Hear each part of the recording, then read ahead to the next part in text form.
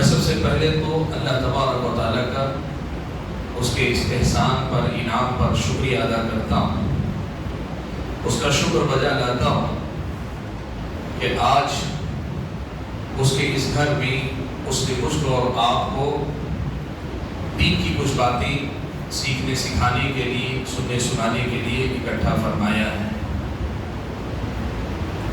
حاضرین گرامی، قرآن مجید میں اللہ تبارک و تعالیٰ نے آسمان سے جو وحی اتاری ہے، اس وحی کو اللہ تبارک و تعالیٰ نے بارش سے تشبیہ دی ہے، اسے بارش کے مشابہ قرار دیا۔ آسمان سے جو وحی نازل ہوئی وہ اللہ تعالیٰ کی کتاب قرآن مجید ہے، پیارے نبی صلی اللہ علیہ وسلم کی احادیث سنت ہے، یعنی دین اسلام جو آسمان سے اتر کر زمین پر آیا، اللہ تبارک و تعالیٰ نے اسے آسمان سے اترنے والی اس بارش سے تشبیہ دی ہے، جو بارش بالکل سوکھی زمین پر برستی ہے۔ بسا اوقات خواہت زدہ زمین پر یہ بارش برستی ہے، برسنے کے بعد زیادہ دیر نہیں گزرتی، ایک آدھ دن کے اندر ہی وہ زمین جو بنجر ہو چکی تھی، قحط زدہ ہو چکی تھی، سوکھ گئی تھی، بلکہ بسا اوقات سوکھ کر تڑپنے لگی تھی، وہ زمین پھر سے ہری بھری ہونے لگتی ہے، لہلہانے لگتی ہے، اور یہاں تک کہ اس قدر زیادہ سبزہ زار زمین پر پھیل جاتا ہے کہ آدمی اگر پہلے منظر دیکھا ہو، بعد میں آ کر منظر دیکھے، بسا اوقات یقین نہیں کر پاتا کہ یہ وہی زمین ہے۔ لیکن اول و آخر یہ اللہ تبارک و تعالیٰ کا یوں سمجھیے کہ اللہ کی تخلیق ہے، اور اللہ تبارک و تعالیٰ کے کمال قدرت کا مظاہرہ ہے۔ اور پھر دوسری طرف وہ جو آسمان سے اللہ تعالیٰ بارش برساتا ہے، اس بارش میں اللہ تبارک و تعالیٰ نے جو خوبی رکھی ہے، اس خوبی کا مظہر اور مظاہرہ ہے۔ آپ یہ بات یاد رکھیں، جب وحی الہی کو اللہ تعالیٰ نے آسمان سے برسنے والی اس بارش کے مشابہ قرار دیا ہے، تو اس کا مطلب یہ ہے کہ یہ وحی، یہ دین، یہ اللہ کی کتاب، یہ نبی علیہ السلام کی سنتیں، یہ دین اسلام کی ہدایات جب ہمارے اور آپ کے مردہ دلوں پہ برستی ہے، ہمارے دل زندہ ہو جاتے ہیں۔ اللہ تبارک و تعالیٰ جب ہماری اور آپ کی بنجر زندگی، بنجر زمین کے مشابہ جو زندگی ہے، اس پر جب ان آیتوں کی رحمت اللہ تعالیٰ برساتا ہے، جب ان آیتوں کی تعلیمات برسائی جاتی ہیں، ہماری زندگی بھی ویسے ہی لہلہا اٹھتی ہے جیسے بنجر زمین پہ کھیتی لہلہا اٹھتی ہے۔ یہ اللہ تعالیٰ کا دین، یہ اسلام، یہ سراپا رحمت ہے، یہ سراپا خیر ہے، یہ سراپا لوگوں کی زندگی کے اندر ترقی لانے والی چیز ہے، یہ سراپا لوگوں کی زندگیوں کو ظاہری اور معنوی طور پر آباد کرنے والی چیز ہے۔ یہ اسلام، یہ اسلامی تعلیمات انسان کو انفرادی سطح پر بھی، آئینی سطح پر بھی، معاشرتی سطح پر بھی، اور قومی اور ملی سطح پر بھی ہر اسٹیج میں آباد کرنے والی تعلیمات ہیں، اور ہر مرحلے میں ایک انسان کو مثالی انسان بنانے والی یہ تعلیمات ہیں۔ اللہ نے ان میں زندگی رکھی ہے، اور یہ باتیں اللہ تعالیٰ جس کی زندگی میں اتار دیتا ہے، اللہ تعالیٰ اسے زندہ کر دیتا ہے۔ قرآن مجید میں اللہ تبارک و تعالیٰ نے فرمایا أَوَمَنْ كَانَ مَيْتًا فَأَحْيَيْنَاهُ، اللہ نے فرمایا کہ ایک وہ انسان جو مردہ تھا تو ہم نے اسے زندہ کیا۔ مفسرین کرام نے لکھا کہ یہاں زندہ اور مردہ سے مراد حقیقی زندہ اور مردہ نہیں، وہ جو کافر تھا، گمراہیوں میں تھا، تاریکیوں میں تھا، اندھیروں میں تھا، ظلمتوں میں بھٹک رہا تھا، اللہ نے اس نور ہدایت کے ذریعے اس کو زندگی عطا فرمائی، اللہ نے اسے دل سے زندہ کیا، اس کے دل کو زندہ کیا، اور وہ جب زندہ ہوا تو ایسے کہ ظاہر و باطن اس کا آباد ہو گیا ہے۔ آپ یقین کریں کہ جو اسلام اللہ نے مجھ کو اور آپ کو عطا کیا نا، یہ اسلام واقعی اتنا پیارا دین ہے، واقعی معنوں میں اللہ نے اس کے اندر یہ تاثیر، یہ خوبی رکھی ہے کہ ایک انسان کی نہیں، پورے سماج کی ایک آیا پلٹ سکتا ہے، سارے سماج کا رخ یہ بدل دے سکتا ہے۔ اور اس کا سب سے واضح نمونہ خود پیارے نبی صلی اللہ علیہ وسلم کے عہد میں 23 سال کی مختصر سی زندگی ہے، صرف صفر سے کام شروع کرتے ہیں، 100 پہ پہنچا کے اللہ کے نبی صلی اللہ علیہ وسلم چھوڑ دیں۔ آپ نے آغاز کیا، اسلام صرف اللہ کے نبی کے اندر تھا، اللہ کے نبی کے پاس تھا، باقی کسی کے پاس اسلام نہیں تھا، تو سب کی زندگیوں میں اندھیرا تھا۔ وہ کیا کرتے تھے، کیسے تھے؟ آپ نے سنا ہوگا کہ حضرت ربعی ابن عامر رسول کے دربار میں جب تھے، یا حضرت جعفر طیار حبشہ کے حکمران کے دربار میں تھے، تو انہوں نے یاد دہانی کروائی کہ عرب کے لوگوں کی حالت کتنی خراب تھی، کیسی بری حالت میں وہ زندگی جیتے تھے۔ وہ قوم تھی، انسانوں کی بستیاں تھی، لیکن جنگل راج تھا وہاں پر۔ انفرادی سطح پہ خرابیاں، آئلی سطح پہ خاندان قبیلے متاثر، سماج ایک انسانی سماج کہلانے کے لائق نہیں رہ گئے۔ ایسے سماج کو بدل کر صفر سے اللہ کے نبی نے شروع کیا۔ صرف اسلام آپ کے پاس تھا، کسی کے پاس نہیں تھا، پھر اللہ کے نبی نے یہ اسلام انسانوں تک پہنچایا۔ 23 سال میں یہ صورتحال ہوئی، ایک بستی نہیں، پورا جزیرہ عرب اسلامی تعلیمات کے زیر اثر آیا، سارا کا سارا معاشرہ بدل گیا۔ یہ بالکل وہی منظر تھا کہ بنجر زمین پہ پانی برسا کر پوری کھیتیاں لہلہا دینے والی جو بات ہے، وہی منظر اللہ تعالیٰ نے اللہ کے نبی کے ذریعے مکہ، اور مکہ نہیں حجاز، اور حجاز نہیں تقریباً پورے جزیرۃ العرب، پورے جزیرے کے اندر اللہ تعالیٰ نے یہ منظر ہمارے اور آپ کی نگاہوں کے سامنے دکھلایا۔ بھائیو، اس بنیادی بات کو ذکر کرنے کا مقصد کیا ہے؟ ہم ایمان رکھتے ہیں اور ہمیں رکھنا چاہیے، لیکن ایمان رکھنے کے ساتھ اس بات پہ ہمارے اپنے یقین کی تجدید ہونی چاہیے۔ اپنے آپ کو ہمیں یاد دلانا چاہیے کہ یہ اسلام جہاں آئے گا خیر ہی خیر ہوگا، اور جتنا آئے گا اتنا خیر ہوگا۔ میں ایک فرد کے طور پر اگر اپنی زندگی میں اسلام کو لاتا ہوں، اسلامی تعلیمات کو اپناتا ہوں، تو میری زندگی میں خیر ہی خیر ہوگا۔ میں اپنے گھر بار میں اسلام کو لاتا ہوں، میرے گھر بار میں خیر ہی خیر ہوگا۔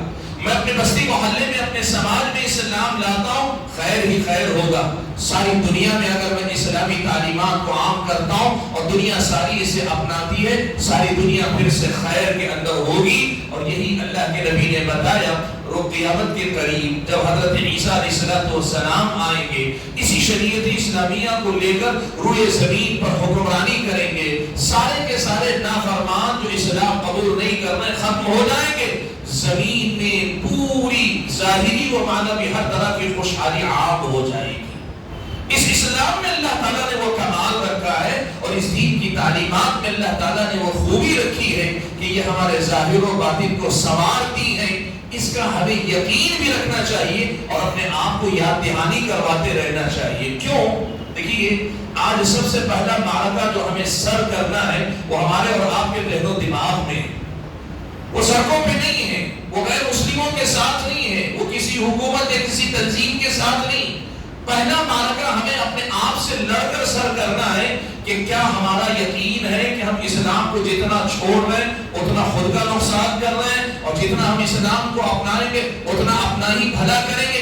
اس یقین کے معاملے میں ہم کہاں کھڑے ہیں؟ میں صاف لفظوں میں اگر آپ کو کہوں تو ہمارا اپنا مزاج یہ ہے کہ ہم اور آپ فائدہ اور نقصان دیکھ کر فیصلے کرتے ہیں، لیکن اسلام کو چھوڑتے ہیں۔ کیوں چھوڑتے ہیں؟ اس لیے کہ ہمارے دماغ میں شاید کہیں یہ بات بیٹھی ہے، اسلام کو اپنائیں گے ہمارا نقصان ہوگا، اسلام کو پوری طرح اپنائیں گے ہمارا نقصان ہوگا، اسلام کو اپنے گھر میں جگہ دیں گے مشکلات بڑھے گی، تجارت میں جگہ دیں گے مشکلات بڑھے گی۔ شاید کہیں نہ کہیں کچھ غلط فہمیاں شعوری یا غیر شعوری طور پر ہمارے دماغ میں بیٹھی ہوئی۔ اس لیے سب سے پہلا معرکہ جو ہمیں لڑنا اپنے آپ سے لڑنا ہے۔ یہ یقین ہمارے اندر ہونا چاہیے کہ ان ھذا القرآن یہدی للتی ہی اقوم، یہ قرآن اس راستے کی طرف ہمیں لے کر چلتا ہے، رہنمائی کرتا ہے جو سب سے زیادہ سیدھا اور صحیح راستہ ہے۔ یہ یقین ہمیں اپنے اندر پیدا کرنا چاہیے۔ بھائیو، اگر ہم یہ یقین اپنے اندر پیدا کر لیتے ہیں نا، تو پھر یہ مسئلہ، یہ سوال پیدا ہوتا ہے کہ بھئی ہم نے ایک چیز کو مان لیا کہ ہاں اس اسلام سے ہمارا بھلا ہوگا، اگر میری زندگی میں آئے، میرے گھر میں آئے، میرے معاشرے میں آئے، اس سے بھلا ہی بھلا ہوگا، تو کیسے آئے گا یہ اسلام میری زندگی میں؟ کیسے آئے گا؟ جب آدمی کو ضرورت محسوس ہونا، تو لوگ کہتے ہیں ضرورت ایجاد کی ماں ہوتی ہے، یعنی آدمی جب ضرورت محسوس کرتا ہے تو اس کی طرف راستے تلاش کرتا ہے۔ جب آپ کو محسوس ہو کہ آپ کو فلاں چیز کی ضرورت ہے، آپ وہ راستے تلاش کرتے ہیں جن راستوں سے وہ چیز آپ کی زندگی میں آ سکتی ہے۔ یہ پہلا مرحلہ اگر ہم اور آپ طے کر لیتے ہیں تو پھر ہمارے اور آپ کے سامنے یہ مسئلہ آتا ہے کہ ہم اور آپ کیسے اپنے گھر کو اور گھر کے ساتھ اپنے آپ کو اسلامی ماحول کا عادی بنائیں، اپنے گھروں کے ماحول کو اسلامی کیسے بنائیں۔ آئیو یہاں میں پہلے تو بنیادی باتیں رکھ دوں گا، اس کے بعد کچھ نکات آپ کے سامنے رکھنا چاہوں گا۔ بنیادی بات پہلی کیا ہے؟ دیکھیے بات یاد رکھیے، سماج جو ہوتا ہے نا وہ بہت بڑا ہوتا ہے، اس کو سدھارنے کے لیے گھر کو سدھارنا پڑتا ہے۔ سماج کو سدھارنے کے لیے گھر کو سدھارنا پڑتا ہے، اور گھر کو سدھارنے کے لیے گھر کے فرد کو سدھارنا پڑتا ہے۔ یہ ترتیب آپ ہمیشہ یاد رکھیں۔ آدمی جب تک خود کو اور افراد کو نہ سدھارے گھر نہیں بنتا، سدھرا ہوا گھر نہیں بنتا۔ فرد پر اصل محنت ہونی چاہیے۔ انفرادی سطح پر ہر آدمی کو خود پر اور اپنے قریبی لوگوں پر سب سے پہلے محنت کرنی چاہیے، اور جب اپنے آپ پر آپ محنت کرتے ہیں تو پھر آپ کا گھر اسلامی بنتا ہے۔ آپ پہلے اسلامی مسلم بنتے ہیں پوری طرح سے، آپ کے ذریعے پھر آپ کا گھر اسلامی گھرانہ بنتا ہے، اور جب کئی گھرانے اسلامی گھرانے بنتے ہیں تو یہاں سے پھر اسلامی معاشرہ بنتا ہے۔ اس کو سمجھنے کے لیے آپ یوں سمجھ لیں، گھر جو ہے نا وہ چھوٹا معاشرہ، چھوٹی سوسائٹی میں بہت سارے گھر، بہت سارے خاندان، قبیلے ہیں۔ آپ اسے سکیڑ کر ایک گھر میں لے آتے ہیں، اور آج جو باتیں گھر کے سدھار کے لیے میں کہہ رہا ہوں، آپ اسے محدود دائرے میں دیکھیں تو وہ گھر کے سدھار کی بنیاد ہیں، اور اگر اسے پھیلا دیں تو پورے معاشرے کے سدھار کی بنیاد ہے۔ آغاز کیسے ہونا چاہیے؟ آغاز ایسے ہونا چاہیے کہ آدمی پہلے فرد کے سدھارنے کی بات کرے۔ دیکھیے آپ کو چھت پہ چڑھنا ہے، اور چھت پر جائیں گے تو ہی دنیا کا نظارہ آپ کریں گے، لیکن چھت پہ چڑھنے کے لیے لمبی چھلانگ مار کے آپ اوپر نہیں چڑھتے۔ آپ پہلی سیڑھی پہ قدم رکھتے ہیں، دوسری سیڑھی پہ قدم رکھتے ہیں، آپ اسٹیپس لیتے ہیں، ایک ایک قدم کر کے چھت پہ پہنچتے ہیں۔ آپ اپنے گھر کو سدھارنا چاہتے ہیں، تب بھی انفرادی سطح پہ ہر فرد پہ محنت ہونی چاہیے، ہر فرد پر اصل میں محنت ہونی چاہیے، پھر جا کر سماج سدھر سکتا ہے، سماج آباد ہو سکتا ہے۔ اور دوسری بنیادی بات میں آپ کو یہ بتا دینا چاہتا ہوں کہ ہمارے اور آپ کے افراد کے سدھار کے لیے ہو، یہ ہمارے اور آپ کے گھرانوں کے سدھار کے لیے ہو، یہ ہمارے اور آپ کے سماج کے سدھار کے لیے ہو، جامع تعلیم کیا ہے، کیسے ہم اس کو سدھار سکتے ہیں؟ پیارے نبی صلی اللہ علیہ وسلم کی ایک حدیث ہمیں اس کی طرف رہنمائی کرتی، بہت آسان سا نسخہ ہے۔ وہ نسخہ کیا ہے؟ اپنے آپ کو تقوی والا بناؤ۔ تقوی کیا ہے؟ بہت سادہ سا ضابطہ ہے۔ دیکھو، کچھ بھی کرنے سے پہلے یا کسی بھی چیز سے رکنے سے پہلے یہ دیکھ لو کہ اللہ کو پسند ہے کہ ناپسند ہے، اللہ تعالیٰ کا حکم کیا ہے اس معاملے میں۔ تقوی نام ہے اللہ کے احکام کو بجا لانے کا، اور تقوی نام ہے اللہ تعالیٰ کی منع کردہ چیزوں سے بچ جانے کا۔ جو آدمی متقی ہوتا ہے وہ آدمی گھر کا، خاندان کا، سماج کا سب سے بہترین آدمی ہوتا ہے۔ کیسے معلوم ہوتا ہے؟ پیارے نبی صلی اللہ علیہ وسلم نے ایک بات اپنے بارے میں فرمائی، کہا اما انی اخشاکم للہ واتقاکم لہ، لوگوں سنو کہ میں تم میں سب سے زیادہ اللہ سے ڈرنے والا اور سب سے زیادہ اللہ کا تقوی اختیار کرنے والا ہوں۔ اور آپ نے دوسری حدیث میں اپنے بارے میں فرمایا خیرکم خیرکم لأہلی وانا خیرکم لأہلی، تم میں سے سب سے بہتر وہ ہے جو اپنے گھر والوں کے حق میں بہتر ہو، میں اپنے گھر والوں کے حق میں سب سے بہتر ہوں۔ اگر ان دو حدیثوں کو آپ ساتھ میں لے آتے ہیں نا تو یہ مسئلہ سامنے سمجھ میں آتا ہے۔ بہتر سماج، بہتر گھرانہ، بہتر فرد بننے بنانے کا آسان سا نسخہ یہ ہے کہ آپ کے سارے معاملات تقوی کے معیار پہ طے ہونے چاہیے۔ تقوی کے معیار کیا ہے؟ جو نفع و نقصان کے ان مادی اور دنیاوی ظاہری اصولوں سے بہت آگے کی چیز ہے۔ آپ صرف یہ دیکھتے ہیں کہ اللہ کو کیا پسند ہے، کیا ناپسند ہے، اللہ کس سے راضی ہوتا ہے، کس بات سے ناراض ہوتا ہے، حلال کیا ہے، حرام کیا ہے، جائز کیا ہے، ناجائز کیا ہے، اسلامی شریعت میں ہمیں یہاں کیا رہنمائی ملتی ہے، اور اسلامی شریعت ہمیں کس طرح پابند کرتی۔ یہ دیکھ کر زندگی گزارنے کے عادی بن جاؤ، آپ کا گھر اسلامی بن جائے گا، آپ کا معاشرہ اسلامی بن جائے گا، آپ کی پرسنالٹی، آپ کی شخصیت مثالی مسلمان کی شخصیت بن جائے گی۔ یہ تو بنیادی باتیں اگر آپ یاد رکھ لیتے ہیں نا تو آج کی پوری تقریر کا خلاصہ آپ کے سامنے. پہلی بات کہ آدمی فرد کو سدھارنے کی بات کرے، سماج کو سدھارنے کی بات نہ کرے، اپنے آپ کو سدھارنے کی بات کرے، دوسرے کو سدھارنے کی بات بعد میں کرے. فرد پر اگر کام ہوتا ہے نا تو پھر اصلاح ہوتی ہے. ہمارا سماج کا مسئلہ یہ ہے کہ ہم ایک ایک یونٹ پہ محنت نہیں کرتے، ایک ایک فرد پر محنت نہیں کرتے. ہم یہ چاہتے پورے سدھر جائیں، ایسا نہیں ہوتا. شاہ نادر ایسا ہوتا ہے کہ ایک ساتھ لوگ ہدایت پر آتے ہیں، پورا قبیلہ اسلام قبول کرتا ہے، پورا خاندان توحید پر آ جاتا ہے. ایسا کم ہوتا ہے. اصل جو سدھار ہوتا ہے انبیاء کی سیرتوں سے جو سبق ملتا ہے، فرد سے ملتا ہے تو پھر وہ جا کر ایک سماج بنتا ہے. بالکل ویسے ہی جیسے اینٹ جوڑ کر ایک آدمی دیوار تعمیر کرتا ہے، اصل کام کرنے کا یہی ہے. آپ اور میں اس بنیادی مسئلے کو سمجھیں اور دوسری طرف یہ سمجھ لیں کہ تقوی ہمارا اصل میں معیار ہے. تو پھر اللہ کے فضل و کرم کے بعد یہ دو باتیں ہمارے سامنے پورا کا پورا ایک طرح سے راستہ واضح کر دیتی ہیں کہ ہمیں کن خطوط پہ چل کر ہمارے اپنے گھروں کو اسلامی بنانے کی ضرورت ہے. حاضرین گرامی، میں آپ کے سامنے کچھ منتخب نکات رکھنا چاہتا ہوں جن پر خاص طور پر ہم اور آپ کو محنت کرنے کی ضرورت ہے. اپنے گھروں کو اگر ہم مثالی بنانا چاہتے ہیں تو نمبر وار کچھ بنیادی باتوں کی طرف میں آپ کی توجہ پھیرنا چاہوں. جو گفتگو اب آ رہی ہے میری ابھی تک کی گفتگو کا یوں سمجھیے اسی کی تفصیل ہے. کیا کرنا چاہیے؟ دیکھیے، گھروں کو سدھارنے کے لیے سب سے پہلی بنیاد، گھر کے ماحول کو اسلامی بنانے کے لیے سب سے پہلی بنیاد یہ ہے کہ بہتر جوڑے کا انتخاب کیا جائے. بیوی اچھے شوہر کا انتخاب کرے یا اس کے سرپرست لڑکی کے لیے اچھے شوہر کا انتخاب کرے اور شوہر بہتر بیوی کا انتخاب کرے. ہمارا سماج کیسا ہے معلوم آپ کو؟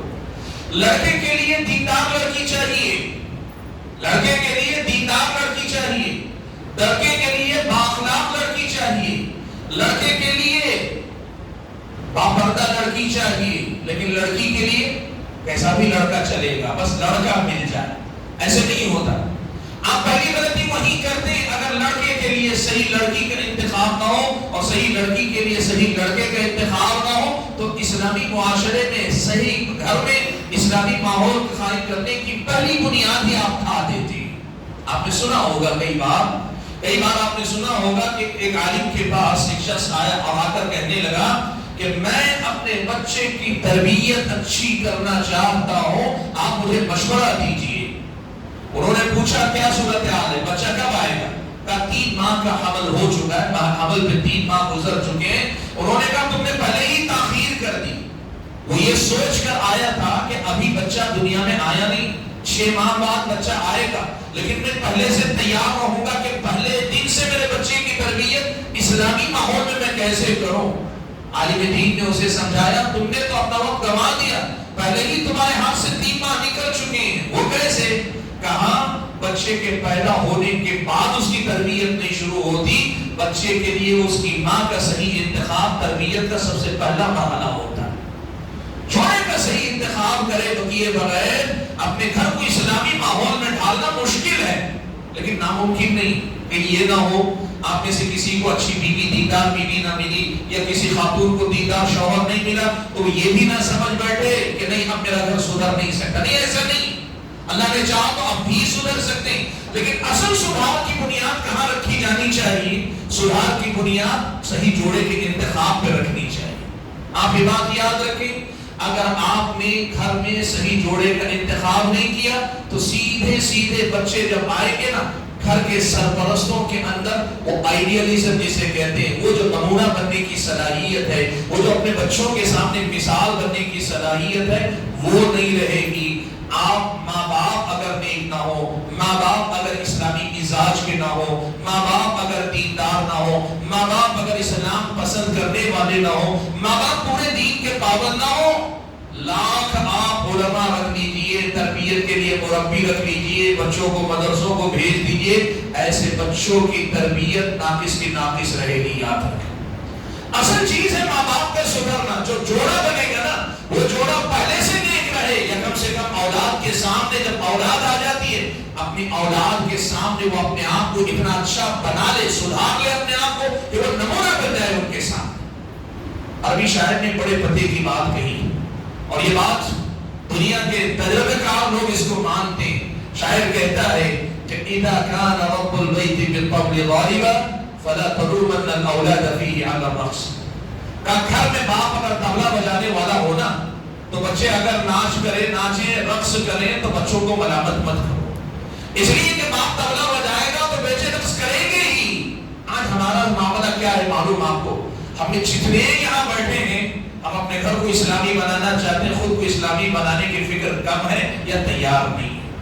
ایسے نہیں بنے گا گھر, گھر ایسے اسلامی نہیں بنے گا. آپ اپنے آپ کو پہلے اسلامی بنائیں, ماں اپنے آپ کو سب سے پہلے اسلامی بنائیں. جب آپ اسلامی بنیں گے تو آپ کا اثر آپ کے بچوں میں جائے گا. دیکھیے ایک بات یاد رکھیے, فطری طور پر بچوں کے اندر اللہ نے یہ صلاحیت رکھی ہے کہ بچے اپنے ماں باپ سے سب سے زیادہ سیکھتے ہیں, سب سے زیادہ سیکھتے ہیں, اور ماں باپ کی زبان اور ان کے الفاظ سے زیادہ ان کے اپنے کردار سے سب سے زیادہ سیکھتے ہیں. یہ دونوں باتیں یاد رکھیں. بچے سب سے زیادہ اپنے ماں باپ سے سیکھتے ہیں اور ماں باپ کی زبان اور ان کی گفتگو سے زیادہ. کئی بار ایسا ہوتا ہے باپ نماز نہیں پڑھتا, بچوں کو کہتا ہے نماز پڑھو. ماں جو ہے پوری پابندی نہیں کرتی لیکن بیٹی سے کہتی ہے پابندی کرو. سمجھتی یہ ہے کہ ہم تربیت اچھی کر رہے ہیں, اس کو تربیت نہیں کہتے. بچے آپ کی گفتار سے زیادہ آپ کے کردار سے متاثر ہوتے ہیں, اور وہ کوئی ان کا ارادہ نہیں. وہ بچے نصیحت سنتے بھی ہیں, مانتے بھی ہیں, لیکن فطری طور پر انسان جو صحبت سے, کردار سے اثر قبول کرتا وہ گفتار سے نہیں کرتا. اسی لیے بھائیوں میں نے کہا سب سے پہلی بنیاد گھر کے لیے صحیح جوڑے کا انتخاب کرو جو گھر کے صحیح سرپرست بنیں گے. اور جب ماں باپ صحیح ہوں گے, ان کی سوچ اسلامی, ان کی عادت و اطوار اسلامی, ان کی اپنی زندگی دینی رنگ میں رنگی ہوئی ہوگی, تو پھر بچے خود بخود ان کے نقش قدم پر چلنے لگیں گے, بچے خود بخود ان کی اقتداء کرنے لگیں گے. یہ پہلی بنیاد ہے جسے ہم اور آپ کو یاد رکھنا چاہیے. دوسری بنیاد گھروں کے سدھار کے لیے جس پر ہم اور آپ کو محنت کرنی چاہیے وہ یہ, بھائیو دیکھو اسلامی شریعت میں کلمے کے اقرار کے بعد سب سے عظیم رکن کیا ہے؟ اللہ نے سب سے پہلا رکن کیا رکھا ہے شہادتین کے اقرار کے بعد؟ نماز. ہم سب جانتے ہیں. میں آپ کو نماز ایک فریضے کے طور پہ نہیں یاد دلانا چاہ رہا ہوں, آج آپ کو یہ بات یاد دلانا چاہ رہا ہوں. آپ کے گھر ہی کی بات نہیں, آپ کے معاشرے کی بھی بات, آپ کے گھر کی بھی بات, اور آپ کی اپنی انفرادی زندگی کی بھی بات یاد رکھنا. اگر آپ کی زندگی میں نماز صحیح ہے, آپ کی زندگی میں دین خود بخود آئے گا.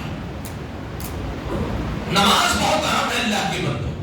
ہم نماز کو صرف ایک فریضہ سمجھتے ہیں, اسلام کا پہلا رکن سمجھتے ہیں, لیکن ہم یہ نہیں سمجھ پاتے کہ یہ نماز کتنا اہم کردار ادا کرتی ہے ایک سماج کے سدھارنے میں, ایک گھر کے سدھارنے میں. نماز کتنا اہم کردار ادا کرتی ہے آپ تجربہ کر کے دیکھ لو. جس گھر میں نماز صحیح نہیں ہوتی اس گھر میں بچوں کی تربیت بھی صحیح نہیں ہوتی. ہو سکتا ہے بچوں میں کچھ ظاہری رکھ رکھاؤ آ جائے, مؤدب نظر آئے, بات کرنے میں سلیقہ یہ نظر آ سکتا ہے, لیکن دینداری کا جو حقیقی تصور ہے نا, دین کا جو حقیقی دین کی روح ہے, یہ وہی پیدا ہوتی ہے جہاں نماز ہوتی ہے. اور اس کی مثال دوں آپ کو. حضرت عمر ابن خطاب رضی اللہ تعالیٰ عنہ اپنے گورنروں کو خط لکھا کرتے تھے, اپنے گورنروں کو خط لکھا کرتے. گورنر کو لکھا جانے والا خط کیا ہوتا ہے؟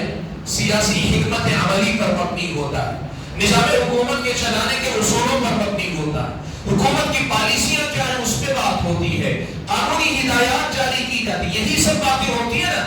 حضرت عمر ابن خطاب رضی اللہ تعالیٰ عنہ کا دور آپ جانتے ہیں مثالی حکومت. یاد رکھیں صرف حضرت عمر کی خلافت ہی نہیں, ان کے گورنر جہاں جہاں حکومت کرتے تھے ان کے عہد حکومت کے گورنروں کی گورنری بھی مثالی تھی حضرت عمر کے زمانے میں. اور آپ کو یہ بات معلوم کر کے تعجب نہیں کرنا چاہیے, حضرت عمر ابن خطاب جو اپنے گورنروں کو خط لکھا کرتے تھے نا, اس خط میں یہ بات خاص طور پہ لکھا کرتے تھے, ان اہم امورکم عندی الصلاۃ. لوگوں سنو گورنروں, تمہاری ساری ذمہ داریوں میں میرے نزدیک سب سے بڑی تمہاری ذمہ داری تمہاری نماز ہے. آپ پوچھیں گے گورنر سے, پوچھو نے کتنے لوگوں کو انصاف دلایا, کتنے لوگوں کو حق دلایا, کون سا قانون نافذ کیا, کیا کیا. حضرت عمر کہتے ہیں سب سے بڑی اہمیت میری نظر میں تمہاری نماز کی ہے. کیوں؟ حضرت عمر نے خود اس کی تعلیم, اس کی وجہ بیان کرتے ہوئے کہا کہ جس کی نماز درست ہوتی اس کے بقیہ معاملات خود بخود درست ہونے لگتے. میرے بھائیوں, آج ہمارے سماج میں ہم میں سے بہت سارے اپنے بچوں کو دیندار بنانا چاہتے ہیں, لیکن نماز کے بغیر نہیں. بچوں کو نمازی پہلے بناؤ, اپنے آپ کو بھی اور اپنے ساتھ اپنے بچوں کو بھی. اصل چیز ہے نماز. نماز سے اگر آپ چھوڑ دیں گے, اس نماز میں اللہ نے وہ تاثیر رکھی ہے, ان الصلاۃ تنہی عن الفحشاء والمنکر, بلا شبہ نماز بے حیائی اور منکرات یعنی گناہ کی باتوں سے روکتی ہے. یہ نماز ہے جو آپ کو جو ہے واقعی معنوں میں روکتی, آپ کو سدھارتی ہے. آپ کو اندازہ نہیں ہوگا, تجربہ کر کے دیکھیں. قرآن مجید میں اللہ تعالیٰ نے سورہ مریم میں ایک بات بیان فرمائی. اللہ نے کہا فخلف من بعدهم خلف اضاعوا الصلاة واتبعوا الشهوات. اللہ نے کہا ان انبیاء کے بعد, ان انبیاء کی قوموں کے بعد, نیک لوگوں کے چلے جانے کے بعد کے زمانے میں آنے والے کچھ ایسے خلف, ناخلف ہم اردو میں کہتے ہیں, ایسے لوگ وارث ہوئے جن سے دو بڑی غلطیاں ہوئی. ایک یہ اضاعوا الصلاة, نماز کو انہوں نے ضائع کیا, واتبعوا الشهوات, اور خواہشات کے پیچھے لگ گئے. مفسرین نے یہاں بڑے پتے کی بات لکھی ہے, اس کو سمجھنا چاہیے کہ ان دونوں کا بڑا گہرا تعلق ہے. جس آدمی کی نماز میں کمزوری آتی ہے اس آدمی کے لیے شہوات کا فتنہ آسان ہو جاتا ہے, خواہشات کا فتنہ آسان ہو جاتا ہے. جو آدمی خواہشات کا غلام ہو جاتا ہے وہ نماز سے خود بخود غافل ہونے لگتا ہے. سدھرنے کا طریقہ کیا ہے؟ سدھرنے کا طریقہ یہ ہے کہ تم نماز کو لازم پکڑو, نماز تمہیں خواہشات کی غلامی سے آزاد کرنے لگے. بھائیوں, وقت اجازت نہیں دیتا کہ میں تفصیل لے جاؤں, لیکن بنیادی مسئلہ یاد دلانا چاہتا ہوں کہ نماز آپ کے گھر کو اسلامی بنانے کے لیے بنیاد ہے. نماز آپ کے گھر کو اسلامی ماحول دینے کے لیے بنیاد ہے. اور جن گھروں میں نمازوں کی پابندی ہوتی ہے نا, وہاں پر دینداری کا ماحول خود بخود آنے لگتا ہے, رفتہ رفتہ بڑھنے لگتا ہے. اللہ نے فرمایا وَأْمُرْ أَهْلَكَ بِالصَّلَاةِ وَاصْطَبِرْ عَلَيْهَا, اپنے گھر والوں کو نماز کا حکم دو, وَاصْطَبِرْ عَلَيْهَا, اور اس نماز پر ڈٹے رہو, جمے رہو, ثابت قدم رہو, پابندی کرو اس کی. بھائیوں, گھروں کو اسلامی ماحول دینے کا سب سے آسان نسخہ کیا ہے؟ ہم اور آپ نماز کو اپنے گھر میں سب سے پہلے بنیادی اہمیت, اور اس میں کسی کی کوئی رعایت نہیں. میں آپ کو بتاؤں, ہمارے پاس ایک مسئلہ ہے, بچے ذرا بڑے ہوتے ہیں, ماں باپ سمجھتے ہیں بچے بڑے ہو گئے. نہیں, بچے ماں باپ کے سامنے کبھی بڑے نہیں ہوتے, یاد رکھیں. بچے ماں باپ کے سامنے کبھی بڑے نہیں ہوتے. نام لینا مناسب نہیں ہے. میں آپ کو بتانا چاہوں گا, ایک بڑے عالم دین ہیں, اللہ ان کو حیات رکھے, اللہ تعالیٰ ان کا سایہ عاطفت امت پر دراز کرے. ان کے اپنے گھر کا معاملہ انہوں نے خود بتایا. شادی شدہ بچے ہیں, بیویوں کے ساتھ اپنے اپنے کمروں میں, جوائنٹ فیملی رہتے ہیں. کہتے ہیں آج بھی یہ صورت حال ہے, فجر کی نماز کے لیے وہ نہیں اٹھتے ہیں, مولانا جا کے دروازہ پیٹتے ہیں, کہتے ہیں نکلو نماز کے لیے. ہم کیا سمجھتے ہیں, بچہ شادی ہو گئی تو اب ہماری ذمہ داری ختم ہو گئی. کہا نہیں, جب تک میرے ساتھ میں میرے گھر میں ہو تم نماز سے غافل نہیں رہ سکتے. میرے گھر میں ہو نماز کو نکلنا پڑے گا. اور اس کا نتیجہ یہ ہے کہ کہتے ہیں بچے پوری پابندی کرتے ہیں. شادی شدہ, اب شادی شدہ جوڑوں کے مسائل آپ جانتے ہیں, لیکن وہ نماز کے پابند ہے. وجہ کیا ہے؟ یہ وہی بات ہے کہ وہ جانتے ہیں کہ اصل چیز ہے نماز کی پابندی. جن گھروں میں نماز کی پابندی ہو وہاں سے اسلامی ماحول خود بخود آنے لگتا ہے. یہ دوسری اہم بات ہے کہ جس سے ہمارا اور آپ کا ماحول اسلامی بن سکتا ہے, گھرانے اسلامی بن سکتے ہیں. بھائی, تیسری بات جو ذکر کرنا چاہوں گا, یہ بات تھوڑی سی الگ ہے لیکن یہ تجربہ کر کے دیکھنے والی چیز ہے. وہ کیا ہے؟ دیکھیے, ہمارے اور آپ کے جو معمولات زندگی ہوتے ہیں نا, جیسے صبح اٹھنا ہے, اس کے بعد جو ہے کچھ اپنی ترتیبات رہتی ہیں, پھر اس کے بعد ناشتہ ہے, اسکول جانا ہے یا آفس جانا ہے, کالج جانا ہے, پھر اس کے بعد واپس لوٹ کر آنا ہے, کھیل ہے, کود ہے. آدمی کا ایک یومیہ شیڈول بنتا ہے, آدمی کا ایک شیڈول بنتا ہے. اب وہ شیڈول کیسا بنتا ہے؟ الگ الگ لوگوں کا الگ الگ انداز ہوتا ہے.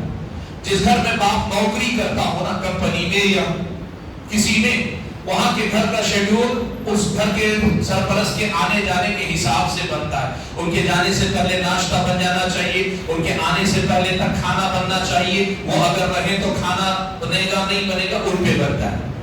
جن گھروں میں بچے اسکولوں کو جانے لگتے ہیں، گھر کا ٹائم ٹیبل بچوں کے اسکول کے حساب سے بنتا ہے، اسکول جانے سے 1 گھنٹہ پہلے بچوں کو جگانا چاہیے، 1.5 گھنٹہ پہلے جگانا چاہیے، ان کو غسل کروانا چاہیے، فلاں کروانا چاہیے۔ جن گھروں میں یہ سب ذمہ داریاں نہیں، کچھ گھروں میں دوسرے انداز سے ہوتا ہے، ٹی وی سیریل کے حساب سے ان کا شیڈول ہوتا ہے، فلاں سیریل آنے سے پہلے کھانا کھا لینا چاہیے، فلاں سیریل دیکھنے کے بعد سو جانا چاہیے، فلاں لوگوں کے اپنے اپنے طریقے۔ گھر کو اسلامی ماحول دینے کے لیے یہ بات میں آپ کو نقل کر رہا ہوں حضرت مولانا مختار احمد نقوی رحمۃ اللہ علیہ کے حوالے سے، یہ ان سے ذریعے سنی ہوئی بات وہ کہتے ہیں کہ جس گھر میں لوگ جو ہے اپنا ٹائم ٹیبل ڈیلی شیڈول نمازوں کے اوقات سے جوڑ لیتے ہیں نا، پھر وہ گھر اسلامی رنگ میں خود بخود رنگ جاتا ہے۔ کیسے؟ جیسے آپ طے کریں نماز فجر سے آدھا گھنٹہ پہلے اٹھنا چاہیے، نماز عشاء کے آدھا گھنٹہ 1 گھنٹے بعد سو جانا چاہیے، دوپہر کا کھانا نماز ظہر کے بعد کھانا۔ آپ کاروباری ہیں نا، کاروباری بھی کیا کرتا ہے 3 بجے میں کھانا کھانے آؤں گا، 4 بجے میں دکان پہ جاؤں گا، نہیں، آپ یوں کہیں گے ظہر کی نماز پڑھوں گا، ظہر کی نماز کے بعد کھانا کھاؤں گا، عصر تک آرام کروں گا، عصر پڑھ کے یا عصر سے پہلے میں دکان جاؤں گا۔ آپ کا جو شیڈول ہے نا وہ 5 وقت نمازوں سے جوڑ لے، اس نماز سے پہلے، اس نماز کے بعد، نماز سے اتنا وقت پہلے، نماز کے اتنے بعد، صرف آپ اپنے گھر کا جو شیڈول ہے، یومیہ جدول جو ہے، جو ترتیب ہے، یہ اگر 5 وقت نمازوں سے جوڑ لیں گے نا، آپ کو اندازہ ہی نہیں ہوگا آپ کے گھر میں اسلامی روح کیسے گھس آتی ہے۔ یہ تجربہ کر کے دیکھیں، ہم نے دیکھا جن گھروں میں ان باتوں کا اہتمام ہوتا ہے ان گھروں کے اندر اس کا خیر اور اس کی برکت ہم نے دیکھی ہے، سنی ہے کہ اس کے بعد لوگوں کے لیے ہر چیز بہت آسان ہو جاتی ہے۔ اور جو خواتین کہتی ہیں کام کرتے کرتے پتہ ہی نہیں چلا کب جو ہے کھانے کا وقت گزر گیا، کب سب ختم ہو جائے گا۔ شرط یہ ہے کہ آپ اپنا یومیہ جدول نماز کے اوقات سے جوڑ لیں، سونا بھی، جاگنا بھی، آپ کے کام کاج بھی۔ جیسے بچے کھیلنا چاہتے ہیں، آپ کہتے ہیں عصر سے مغرب کے درمیان کھیلو، تو 5 سے 6 بجے مت بولے آپ اس کو، عصر کے آدھے گھنٹے بعد جاؤ اور 1 گھنٹہ مغرب سے آدھا گھنٹہ پہلے واپس آ جاؤ۔ آپ اس کی زندگی کو نمازوں کے شیڈول سے باندھ دیں، آپ دیکھیں گے کہ اس چیز کے ذریعے بچوں کا ماحول، بچوں کا یعنی گھر کا ماحول خود بخود اسلامی ماحول بننے لگے گا، اور آپ کے ہمارے سامنے تربیت کا یہ مسئلہ بہت زیادہ مشکل نہیں رہ جائے گا۔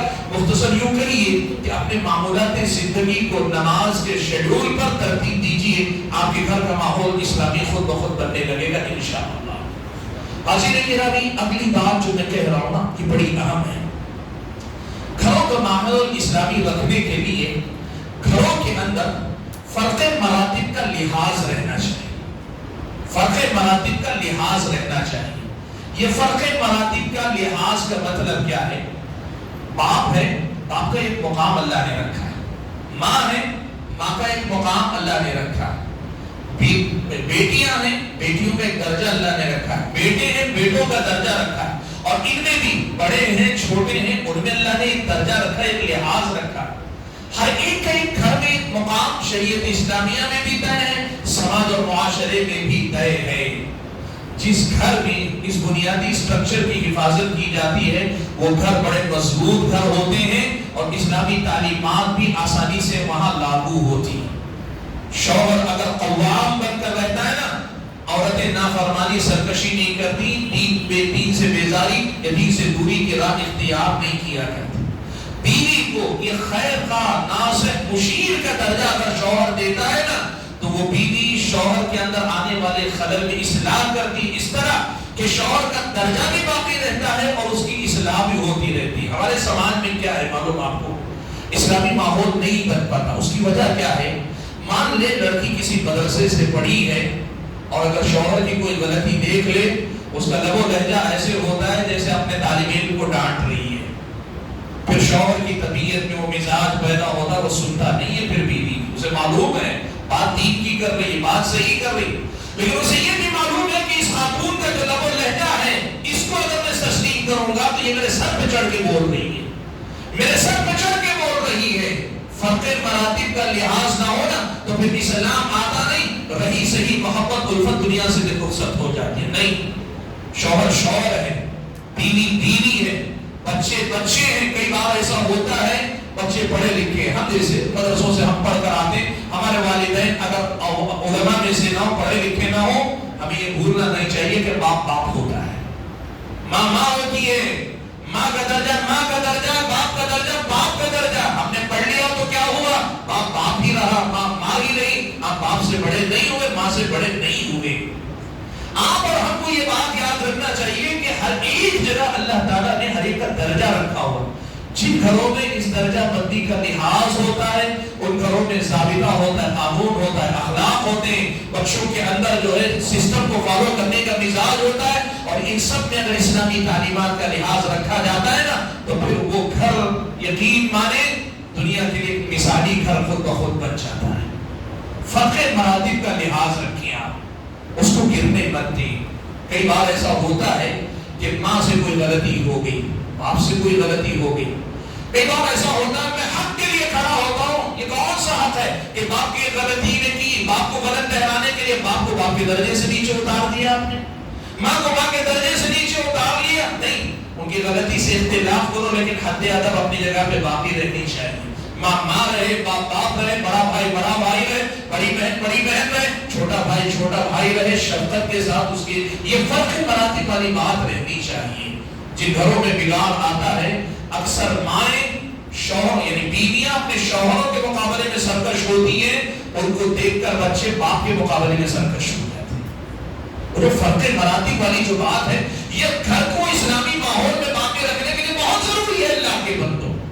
اور دوسری بات جو اسی سے جوڑ کر میں کہنا چاہوں گا، اس فرق مراتب کو باقی رکھنے کے لیے ہر آدمی کو اپنی اپنی ذمہ داری کما حقہ ادا کرنی چاہیے. ہر آدمی کو ماں بن کر بچوں کو ڈانٹے گی بھی، پیار بھی کرے گی.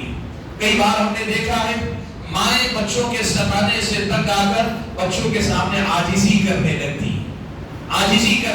ہیں. کہتے ہیں بیٹا کھا لے، مان لے. یعنی ایسا لگتا ہے کہ بچے مان کر وہ ماں پہ احسان کر رہے ہیں. ماں سمجھتی ہے اس طرح میں بچوں سے منوا لوں گی. مسئلہ منوا بھی دیا لیکن تم نے اپنا وزن بچوں کی نظر میں گرا دیا. اگلی بار تمہاری بات کی بچوں کے پاس قدر و قیمت نہیں رہے گی. نہیں، ماں کو عاجز نہیں ہونا چاہیے. پیار کرنا الگ ہے اور بچوں کے سامنے عاجز ہو جانا ایک الگ مسئلہ ہے. ماں کو ماں بن کر اپنے بچوں کی تربیت کرنی چاہیے، اپنے مقام سے نیچے نہیں اترنا چاہیے. اور باپ گھر کا جو سرپرست ہے اسے وہ سرپرستی کا مقام باقی رکھنا چاہیے. اور وہ رکھنے کے لیے اسے اپنے باپ ہونے کا کردار ادا کرنا چاہیے. اپنی ذمہ داریاں اٹھائے، محنت مزدوری کر کے کھلائے بچوں کو. یقین کرو جب باپ کمانے کے بجائے بیکاری کی طرف جاتا ہے نا پھر اس گھر کا بنیادی ستون ہل جاتا ہے. کیوں؟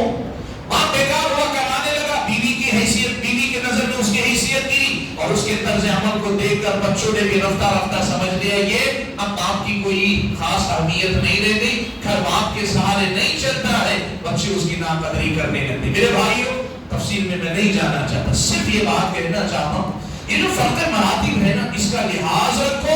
اور اس کے لحاظ رکھنے کا طریقہ یہ کہ ہر آدمی اپنی ذمہ داری نبھائے. دو بھائی ہیں، بڑا بھائی چھوٹا بھائی ہے، آپ دونوں دوست کی طرح رہتے ہیں، اچھی بات ہے. لیکن بہرحال کچھ لکیر وہ حد باقی رہنا چاہیے. بڑا بھائی ہے، چھوٹا بھائی ہے. آپ کچھ بھی ہوگے لیکن بڑا بھائی آپ کا بڑا بھائی ہے. وہ آپ کا دوست ہوگا، مل کر شرارت کرتے ہوں گے، مل کے کھیلتے ہوں گے. لیکن اس شرارت میں اس کھیل میں بھی وہ حد باقی رہنی چاہیے کہ بڑا ہے، چھوٹا ہے. بہن کا مقام بہن کو دے، بڑی بہن کا بڑی بہن کو دے. اب یہ جو فرق مراتب والی بات ہے میں اس میں تفصیل میں جا کے مثالیں دے سکتا ہوں لیکن میں نے جیسے کہا کہ تفصیل کا وقت نہیں. بنیادی مسئلہ صرف آپ کو ذکر کرنا چاہتا ہوں.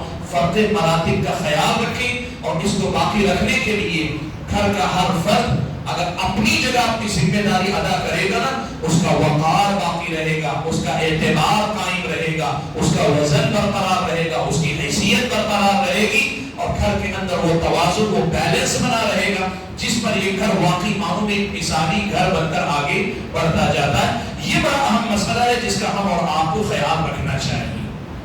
حاضرین کرام ایک اور مسئلہ ہے گھر کے ماحول کو اسلامی بنانے کے لیے ایک اور بات کا خیال رکھنا چاہیے. وہ یہ کہ گھر میں جن راستوں سے فساد داخل ہوتا ہے نا وہ راستے جو ہے بند کرنے چاہیے. آپ جہاں سے فساد داخل ہو سکتا ہے وہاں سے آپ کو ان راستوں کو بند کرنا پڑے گا. اور واضح الفاظ میں کہوں یہ ٹی وی، یہ آپ کے ہاتھ میں موجود موبائل اور موبائلوں کے ذریعے آنے والے سیریل وغیرہ وغیرہ، یہ سارے کے سارے فساد کو داخل کرنے کے ذرائع ہیں۔ آپ یہ بات یاد رکھیں، آپ چاہے اپنے بچوں کو، اپنے ماحول کو جتنی اچھی تربیت دے لیں، اگر فساد کے در آنے داخل ہونے کے جو راستے ان کو اگر آپ نے بند نہیں کیا نا، آپ کی ساری محنت ضائع جائے گی، ساری محنت حقارت ہو جائے گی۔ کیسے؟ اس کی ایک مثال میں آپ کے سامنے دیتا ہوں۔ دیکھیے، ایک پانی کا تالاب ہے، اس کے پاس سے گندے پانی کی نالی گزرتی ہے، گندے پانی کی نالی گزرتی ہے۔ اب گندے پانی کی نالی سے ایک چھوٹا سا سوراخ ایسا بن گیا ہے جہاں سے وہ گندا پانی یا گندگی تالاب میں آ رہی ہے۔ آپ اگر اب تالاب کا پانی پاک و صاف رکھنا چاہتے ہیں تو ایک طریقہ یہ ہو سکتا ہے کہ آپ سارا گندا پانی نکال دیں اور نکال کے ایک دم اچھا صاف و شفاف پاک و صاف پانی تالاب میں پھر سے بھر دیں۔ کیا وہ پانی پاک و صاف باقی رہے گا؟ آپ سمجھے میری بات؟ میں پھر سے دوہرا رہا ہوں۔ ایک تالاب ہے، تالاب کے بازو سے گندے پانی کی نالی گزرتی، اس میں سے ایک سوراخ بنا ہوا ہے جہاں سے وہ گندا پانی تالاب کے اندر داخل ہوتا رہتا ہے۔ آپ کو فکر ہوتی ہے کہ نہیں اس پانی تالاب کے پانی کو میں صاف کروں گا، آپ کہتے ہیں سارا گندا پانی میں نکال باہر کروں گا اور ایک دم تازہ فریش پانی اس کے اندر بھروں گا، اور آپ نے کیا بھی۔ کیا اس تالاب کا پانی پاک و صاف باقی رہے گا؟ کیوں نہیں رہے گا؟ اس لیے کہ وہ جو سوراخ ہے وہاں سے آنے والی گندگی 10 بار آپ تالاب صاف کریں 11ویں بار پھر گندا ہوگا، لازمی بات ہو۔ اس کے بجائے آسان سا طریقہ، ایک بار وہ سوراخ بند کر دیں، ایک بار سوراخ بند کر دیں، آپ کو بسا اوقات اس پانی کو بدلنے کی بھی ضرورت نہیں۔ اللہ تعالیٰ کی طرف سے قدرتی جو نظام ہے کہ گندگی نیچے زمین پر بیٹھ جاتی، مٹی اسے پاک کر دے گی، پاک صاف و صفا پانی آپ کو ویسے بھی مل جائے گا۔ اور اگر آپ کر سکے تو پورا پانی صاف کر کے نیا پانی بھر دیجیے، اور نیا پانی صاف و شفاف آپ کو ہمیشہ باقی رہے گا۔ ہمارے اور آپ کے گھروں کا ماحول اسلامی کیوں نہیں بن پاتا؟ اس لیے نہیں بن پاتا کہ ایک طرف ہم ان کو دین سکھا رہے ہیں، مسجد سے تقریریں ہو رہی، جمعہ کا خطبہ، اس جیسے پروگرام، نمازوں کے بعد کے درس ہو رہے، اور نئے زمانے میں بہت سارے علماء کے پروگرام آپ یوٹیوب پہ سنتے ہیں، فلاں بہت کچھ آپ کو اسلامی، حتیٰ کہ بچے اسکولوں کو جانے کے ساتھ عربی ٹیوشنز لیتے ہیں، کیا کیا سیکھتے ہیں، خیر آپ دے رہے ہیں لیکن شر کو روک نہیں رہے۔ آپ اچھی باتیں سکھا رہے ہیں لیکن بری باتیں جہاں سے ان کے اندر آ سکتی ہیں اس پہ بریک نہیں لگا رہے ہیں۔ آپ کو یہ دیکھنا پڑے گا کہ آپ کے اپنے ٹی وی سے جو کلچر، جو تہذیب، جو افکار، جو نظریات، جو خیالات، فلموں سے، سیریل سے، کسی بھی پروگرام سے، حتیٰ کہ بسا اوقات بعض اوقات یہ کہتے ہیں بچے کارٹون دیکھتے ہیں، فلمیں نہیں دیکھتے، کارٹون۔ آپ کو اندازہ ہے کہ کارٹون میں جو افکار، کارٹون صرف قصہ نہیں ہوتا، قصے کے پیچھے ایک فکر ہوتی ہے، ایک سوچ چلتی ہے جس پر بچے کی تربیت ہوتی ہے۔ یہ کارٹون بھی آپ کو اندازہ نہیں آپ کے بچوں کو کتنا بناتے ہیں، کتنا بگاڑتے ہیں۔ تفصیل میں گئے بغیر میں ایک بات کہہ رہا ہوں کہ آپ یہ دیکھیں کہ آپ کے گھر میں فساد کہاں کہاں سے آتا ہے۔ کبھی کبھار تھوڑا سا میں دوسری طرف جا کر بتاؤں، فساد دوسری طرف سے بھی آتا ہے۔ میاں بیوی اچھے، میاں بیوی اچھے، بیوی شوہر سے راضی ہے، شوہر بیوی سے راضی، دونوں خوشحال ہیں، اور پڑوس سے کچھ خواتین ملنے کے لیے آتی ہیں، یا آپ کے گھر کی خاتون پڑوسی کے پاس جاتی ہے، یا آپ کا پڑوسی آپ سے ملتا ہے یا آپ اپنے پڑوسی سے ملتے ہیں۔ اب اس کے بعد گفتگو شروع ہوتی ہے۔ گفتگو کیا ہوتی ہے؟ تمہاری سالگرہ آئی، شوہر نے کوئی تحفہ دیا کیا؟ بیچاری کو کوئی شکایت نہیں تھی، اس نے پوچھا تو کہہ دیا نہیں۔ اچھا ایسا ہے، میرے شوہر نے تو یہ دیا، عورت کا دماغ خراب ہوا۔ شوہر میاں دو شوہر آپس میں ملے، کوئی بھی بات ہوئی، کہا کھانا کھائے کیا نہیں؟ کہا میں نکلنا چاہ رہا تھا لیکن بیوی کھلا کر ہی بھیجی، چھوڑی ہی نہیں مجھ کو۔ شوہر کا دماغ خراب ہو، اس کی بیوی اتنا خیال رکھتی، میری بیوی مجھے پوچھتی تک نہیں۔ دیکھیے یہ فساد کے دروازے جہاں سے داخل ہوتے ہیں۔ آپ کو سمجھدار ہونا چاہیے، آپ کی زندگی پر باہر سے کوئی اثر انداز نہیں ہو سکتا۔ آپ بیوی کے بارے میں دماغ کوئی بگاڑ نہیں سکتا، شوہر کے بارے میں آپ کا دماغ کوئی خاتون آپ کو نہیں بگاڑ سکتی۔ اور اس میں بسا اوقات سسرالی یعنی جو ہے آپ کا اپنا میکے کی بڑی مصیبتیں ہیں، معاف کیجیے مجھے اس بات کے لیے، لیکن میکے کی بڑی مصیبتیں رہتی ہیں۔ کئی گھروں میں ہم نے دیکھا میاں بیوی میں کوئی مسئلہ نہیں، لیکن لڑکے کے گھر والوں کی طرف سے زیادہ دخل اندازی یا لڑکی کی گھر والوں کی طرف سے لڑکی کی ذہن سازی، ان دونوں کی وجہ سے فساد مچا رہتا ہے۔ یاد رکھنا آپ کی زندگی میں، آپ کے گھر میں فساد کہاں کہاں سے آ سکتا ہے، آپ کو سمجھدار بن کر زندگی گزارنی ہوگی۔ اور اگر آپ یہ کرنے میں کامیاب ہو گئے، یقین مانے آپ کا گھر مثالی گھر بنے گا۔ ایک لفظ میں نے کہا کہ آپ گھر کو بنانے کے ساتھ ساتھ گھر کو بگاڑنے والے فساد کے جو اسباب ہو سکتے ہیں نا، ان اسباب پہ نظر رکھو۔ اور اگر آپ ذرا چوکنا رہیں گے نا، علماء جتنا بتائیں گے اس سے کہیں زیادہ آپ سمجھ کر پہچان لیں گے فساد کہاں کہاں سے آتا ہے۔ ایک عورت نے آپ کا دماغ خراب کیا، ایک مرد نے خراب کیا، سمجھ جانا اگلی بار اس سے سلام دعا ہو سکتی ہے، اپنے گھر کی زندگی ڈسکس نہیں ہو سکتی، یہ لائق نہیں ہے اس کے کہ اس سے بات کی جائے۔ یہ آپ کو سمجھ لینا چاہیے۔ وہ آپ سے دوستی کرے، محبت کرے، آپ کے گھر میں مہمان بنے، آپ اس کے گھر مہمان بنے، لیکن اپنے گھر کے معاملات اس سے ڈسکس نہیں ہو سکتے، یہ آپ کو سمجھنا چاہیے۔ جب تک آپ ان باتوں پہ کنٹرول نہیں رکھیں گے نا، اچھے خاصے گھر کو آپ جہنم بنا لیں گے۔ یہ ہم نے دیکھا کتنے ایسے مسئلے، بیوی کو شوہر سے کوئی شکایت نہیں، شوہر کو کوئی شکایت نہیں، بس سہیلی کے ساتھ آتے جاتے دیکھ کر نئی دنیا دیکھی، نئی چیزیں دیکھی، تو کہا میری زندگی میں یہ نہیں، میری حالانکہ جو زندگی اسے ہے بہت اچھی زندگی ہے، لیکن انسان کی طبیعت ہے، جو حاصل ہے اس کی قدر نہیں کرتا، جو نہیں ہے اس کے پیچھے انسان بھاگتا ہے، اور یہی چیز انسانوں کے دماغ کو، ان کے گھروں کو بگاڑتی ہے۔ اس لیے اپنے گھروں کے ماحول کو اگر آپ اسلامی رکھنا چاہتے ہیں تو پھر ان مقامات پہ نظر رکھیے کہ یہ کہاں سے فساد آپ کے گھر میں آ رہا ہے۔ اگلی بات کہ اپنے گھروں کا ماحول اسلامی بنانے کے لیے ہمیں کیا کرنا چاہیے، اسی سے جو بات میں نے ابھی کہی نا، اسی سے ملتی جلتی ایک بڑی اہم بات ہے۔ وہ کیا ہے؟ آپ کو ذرا سا یہ دیکھنا پڑے گا کہ آپ نے اپنا گھر کس محلے اور کس بستی میں بسایا ہے، کس محلے اور کس بستی میں آپ نے اپنا گھر بسایا ہے، یہ آپ کو دیکھنا پڑے گا۔ دیکھیے ایک بات یاد رکھیے، آپ اور ہم چاہے جتنی کوشش کر لیں، ہم گھر کے قیدی نہیں بن کے رہ سکتے۔ مرد تو باہر نکلے گا ہی، عورت باہر نہ جائے، لیکن باہر والوں سے تھوڑی بہت سلام دعا بات چیت تو ہوگی ہی۔ اور ہم دونوں اگر کنٹرول کر لے، سمجھدار ہیں، میاں بیوی دنیا دیکھے ہوئے، جہاں دیگر، بچے تو بھولے ہیں، بچے سڑک پہ نکلیں گے، بچے سڑک پہ نکلیں گے۔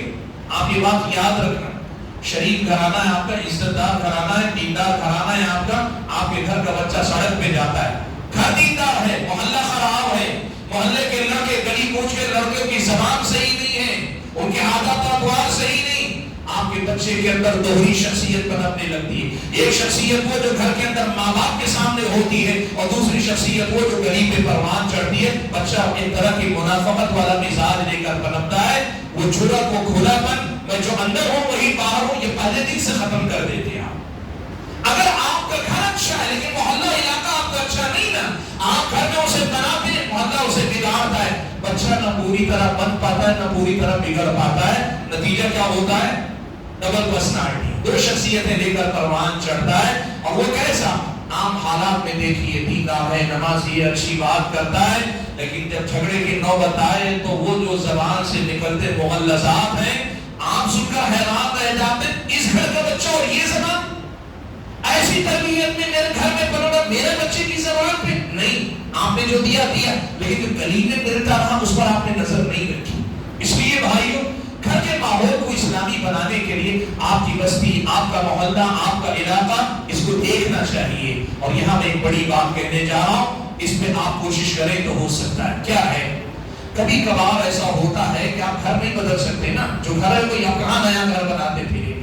کوشش کیجئے کہ اس گلی، مثال کے طور پر اس گلی کی ہم بات کر لیں، اس گھر میں آپ کا ایک گھر ہو گیا، دیکھیں آپ سے قریب قریب دیندارانہ مزاج رکھنے والا کوئی گھر ہے، دو گھر ہے، تین گھر ہے، طے کر لو ہماری گلی میں کبھی ایسی بدتمیزی نہیں ہوگی، ایسی بدزبانی نہیں ہوگی۔ کوئی لڑکا اگر کوئی ایک لفظ بولا، کسی کا بھی بچہ ہو، لیکن ہم اچھے انداز سے اس پر ہماری اپنی بستی کے ماحول کو قابو میں رکھیں گے۔ گھر اچھا ہو، محلہ اچھا نہ ہو، اسلامی تربیت پوری نہیں ہو سکتی۔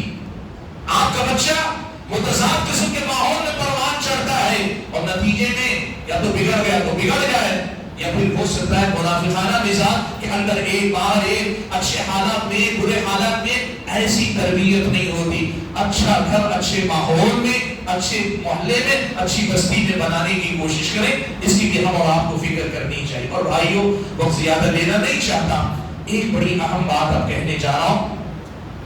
اور یہ بات بڑی طویل ہے، اصل میں یہ خود اپنے آپ میں ایک موضوع ہے، لیکن میں مختصر کر کے آپ کو اس کے سامنے بتا دینا چاہتا ہوں وہ کیا ہے۔ دیکھو بھائیو، آپ میں سے ہر گھر کا علم سے رشتہ رہنا چاہیے، علم سے رشتہ ہونا چاہیے۔ علم سے رشتہ کیسے ہوگا؟ دیکھو علم سے رشتے کے دو فائدے، جب بھی آپ علم سیکھنے والے مسلسل علم سیکھتے رہتے ہیں، کلاس لے رہے ہیں، درس میں حاضری دے رہے ہیں، پروگرام میں جا رہے ہیں، خواتین جمعہ میں جا رہی ہیں، یہ جو علم کا جو رشتہ ہے نا، اس کے دو فائدے ہیں۔ اگر آپ دین سے واقف نہیں، اسلام سے واقف نہیں، تو اپنے گھر کو اسلامی نہیں بنا سکیں گے۔ آپ سیکھتے رہنے سے آپ کو دین سیکھنے کو ملے گا، جس کی روشنی میں آپ اپنے گھر کو اسلامی بنا سکتے ہیں۔ تو علم سے رشتہ اگر رہے گا نا، علم سیکھنے کا سلسلہ جاری رہے گا، تو سب سے پہلا مسئلہ یہ ہوگا کہ اگر آپ جانتے نہیں تو آپ کو معلوم ہوگا کہ دین یہ بھی ہے، دین یہ بھی ہے، دین یہ بھی ہے۔ شوہر کا مقام کیا ہے، شوہر کا حق کیا ہے، بیوی کا درجہ کیا ہے، اس کا حق کیا ہے، اولاد کی تربیت کیسے ہوتی ہے، بڑوں کا احترام کیسے ہوتا ہے، کس کا حق کیا ہے، مطلب یہ آپ سیکھتے رہیں گے اور اس کی روشنی میں اپنے گھر کو بناتے جائیں گے۔ اور اگر آپ پہلے ہی سے علم والا گھرانہ، آپ عالم ہیں، آپ کے گھر میں علماء کا گھر ہے، یا آپ پہلے سے دین کی بہت ساری معلومات رکھنے والے ہو، تب بھی پھر بھی آپ کا علم اور علمی مجلسوں سے تعلق برقرار رہنا چاہیے۔ کیوں؟ علم ایک ایسی چیز ہے کہ اگر آپ نہیں جانتے تو جانتے ہیں، اور اگر جانتے ہیں تو بھولی ہوئی باتیں یاد آتی ہیں، شوق بڑھتا ہے پھر سے عمل کرنے کا۔ آج آپ نے اتنی باتیں سنی، کوئی بات نہیں ہوگی آپ کے لیے، سب آپ نے پہلے سے سنی ہوئی ہو، لیکن کم سے کم یہ ہوگا کہ اس مجلس کے بعد آپ کے دل میں خیال ہوگا میں یہ کرنا چاہیے، وہ یاد دہانی سے فائدہ ہوتا ہے۔ اللہ نے فرمایا وَذَكِّرْ فَإِنَّ الذِّكْرَىٰ تَنفَعُ الْمُؤْمِنِينَ، یاد دہانی کروائیے کہ یاد دہانی مومنوں کو فائدہ پہنچاتی ہے۔ علم سے رشتہ قائم رہنا چاہیے، گھر کا ماحول اسلامی رکھنا ہے، آپ کا گھر، آپ کا رشتہ علم سے قائم رہنا چاہیے۔ اور علم سے رشتہ کیسے قائم ہوگا؟ اس کا سب سے آسان راستہ یہ ہے کہ آپ گھر وہاں بنائیے، وہاں لیجئے جہاں قریب میں کوئی مسجد ہو، اور اس مسجد سے آپ کے گھر کے تمام افراد کا رشتہ باقی رہے۔ بڑوں کا رشتہ رہے 5 وقتہ نمازوں کے لیے، بچوں کا رشتہ رہے 5 وقتہ نمازوں کے لیے، خواتین کا رشتہ رہے کم سے کم جمعہ کی نماز کے لیے، یا پھر اس کے ساتھ ساتھ سارے گھرانے کا رشتہ رہے جمعہ کے خطبے اور بیان کے لیے، ایسا کوئی دینی پروگرام ہوتا ہے اس کے لیے، یا اگر مسجد میں کوئی درس ہے، درس قرآن ہے، درس حدیث ہے، اس سے سیکھنے۔ علم سے رشتہ باقی رہے گا نا، تو علم لا علم کو بے علم کو سکھاتا ہے، اور عالم کو یاد دہانی کرواتا ہے۔ اور اللہ نے کہا ہے فَإِنَّ الذِّكْرَىٰ تَنفَعُ الْمُؤْمِنِينَ، یاد دہانی مومنوں کو فائدہ ضرور پہنچاتی ہے۔ علم سے آپ کا رشتہ گہرا ہونا چاہیے۔ اب اس کے ساتھ اگر آپ کے شہر میں جیسے اللہ کا فضل و کرم ہے، دورہ شرعیہ کے نام پہ کورس چلتا ہے، اس میں بہت سارے لوگ شریک ہوتے ہیں، یا پھر مساجد میں وہاں اللہ کا فضل و کرم ہے، چھوٹے بڑے ہفتے کا پروگرام سمر کیمپ کے نام پہ چلاتے ہیں، مختلف مناسبتوں سے چلاتے ہیں، یا پھر نماز جنازہ کی ٹریننگ یا غسل کی ٹریننگ، طہارت کے کچھ نہ کچھ سلسلہ چلتا رہتا ہے۔ اس سے آپ کا رشتہ برقرار رہنا چاہیے، تب آپ اپنے گھر کو اسلامی ماحول میں رنگ سکتے ہیں۔ ایک تو ہوا علم سے رشتہ، اور اس سے آگے بڑھ کر میں ایک بات کہہ رہا ہوں، آج کے دور میں خاص طور پر علماء سے رشتہ اپنی زندگی کا لازمی حصہ بنائیے، کسی نہ کسی عالم دین سے۔ سب سے بہتر طریقہ یہ، آپ کی اپنی مسجد کے جو امام ہیں، اس امام سے آپ کا رشتہ بڑا مضبوط ہونا چاہیے، آپ کے گھرانے کا رشتہ مضبوط ہونا چاہیے، آپ کے بچے مسجد کے امام سے ملنے ملانے والے، نماز پڑھتے ہیں، نماز کے بعد نماز سے پہلے امام سے ملاقات کریں، ان کے حال چال پوچھیں۔ دیکھیے یہ بات میں آپ کو بتانا چاہتا ہوں، آپ یہ نہ سمجھیے کہ آپ کے عالم سے تعلقات کی وجہ سے عالم کا بھلا ہو جائے گا، نہیں، آپ کو کرنا چاہیے، ویسے میں کہوں آپ کو کرنا چاہیے، عالم کی قدر کرنی، اس کی فکر کرنی، اس کے کام آنا چاہیے ہے۔ لیکن آج میں جو بات کر رہا ہوں وہ میرا موضوع نہیں ہے کہ میں عالم کے حوالے سے بات، میں آپ کی طرف سے بات کر رہا ہوں کہ آپ کی ضرورت ہے عالم سے رشتہ۔ عالم سے آپ کا رشتہ رہے گا نا تو بہت فائدہ آپ کا ہوگا۔ حضرت ابو الدرداء رضی اللہ تعالیٰ عنہ اور ایسے ہی دیگر صحابہ اور تابعین سے یہ اثر مروی ہے، وہ کہا کرتے تھے کن عالما او متعلما ولا تکن ثالثا، یا تو خود عالم بن کر زندگی گزارو یا علم لینے والے بن کر زندگی گزارو۔ ظاہر بات ہے علم لینے کے لیے عالم سے رشتہ ضروری ہے، اور کہتے تھے وَلَا تَكُنْ ثَالِثًا، یہ دو حالتیں چھوڑ کر تیسری حالت قبول نہ کرو. اور بعض روایتوں میں مزید الفاظ آئے کن عالما او متعلما او محبا للعلماء ولا تكن رابعا، کہ یا تو عالم بن کر زندگی گزارو یا علم لینے والے طالب علم بن کر زندگی گزارو یا کم سے کم علماء سے محبت کرنے والے بن کر زندگی گزارو. میرے بھائیوں دیکھو ہمارے سماج میں بڑی عجیب عجیب باتیں، صحیح تعلیمات غلط شکل اختیار کر لیتے ہیں، وہ غلط شکل سے بچنے کے لیے لوگ صحیح چیزوں سے دور ہو جاتے ہیں. اب یہ علماء سے تعلق کا جو موضوع تھا نا، میں نے کہا یہ ہماری دینی ضرورت ہے، لیکن اب اسے دوسرے انداز سے لوگوں نے اپنایا. کیسے اپنایا؟ دم دارو کے لیے عالم کے پاس جانا، جیسے مختلف مذاہب کے پاس ان کا اپنا بابا سوامی ہوتا ہے، کچھ کریں گے اس سے پوچھ کر کریں گے، یعنی ٹائم صحیح ہے کہ نہیں ہے، مہورت صحیح نکل رہا ہے کہ نہیں نکل رہا ہے، اس نے کہہ دیا تو کریں گے ورنہ نہیں کریں گے. اندھے بن کر اس کے آپ کو اپنے آپ کو اس کے حوالے کر دیں. نہیں یہ غلط ہے، ہم نے یہ نہیں کہا. دو باتوں میں بڑا فرق ہے. دیکھو یہ لوگوں کی کم فہمی ہے کہ علم والے سے تعلق کا مطلب اپنے آپ کو بابا کے سامنے پیر کے سامنے جا کے اپنے آپ کو حوالے کر دینے کی بات نہیں کی جا رہی. لوگ غلط سمجھتے ہیں، یہ وہ بات نہیں ہے. ایک طرف تو یہ ہوا اور دوسری طرف کچھ لوگوں نے یہ سمجھ لیا کہ یہ عالم سے تعلق میں صرف عالم عوام کو بیوقوف بناتا ہے. اور اس میں کوئی شک نہیں، بہت سارے لوگ ہیں جو لوٹتے ہیں عوام کو، بیوقوف بناتے ہیں، اس میں کوئی شک نہیں. دین کے نام پر وہ کہتے ہیں کہ سب سے بڑا برا عالم کون ہے معلوم؟ لوگ اپنی دنیا، لوگوں کی دین سدھارنے میں لگتا ہے اور اپنی معاف کیجیے لوگوں کی دنیا سدھارنے کے لیے اپنی آخرت جو ہے بگاڑ لیتا ہے. یہ معاملہ نہیں، ان دونوں سے ہٹ کر میں جو بات کر رہا ہوں یہ کہ آپ کا علم سے رشتہ عالم کے ذریعے ہوتا ہے. آپ کی زندگی میں علم سے رشتہ قائم رکھنے کے لیے آپ کو عالم سے رشتہ باقی رکھنا چاہیے. خاص طور پہ فتنوں کے اس دور میں علماء سے رشتہ آپ کے اپنے گھر کو اسلامی بنائے رکھنے کے لیے ازحد ضروری ہے. حاضرین گرامی، بات کو میں اور زیادہ طول نہیں دینا چاہتا. بنیادی پیغام جو مجھے دینا تھا وہ یہی پیغام تھا کہ اپنے گھر کو اسلامی ماحول میں یا اپنے گھر کو اسلامی ماحول دینے کے لیے ہمیں کن باتوں کا لحاظ رکھنا چاہیے. بہت ساری باتیں ہیں.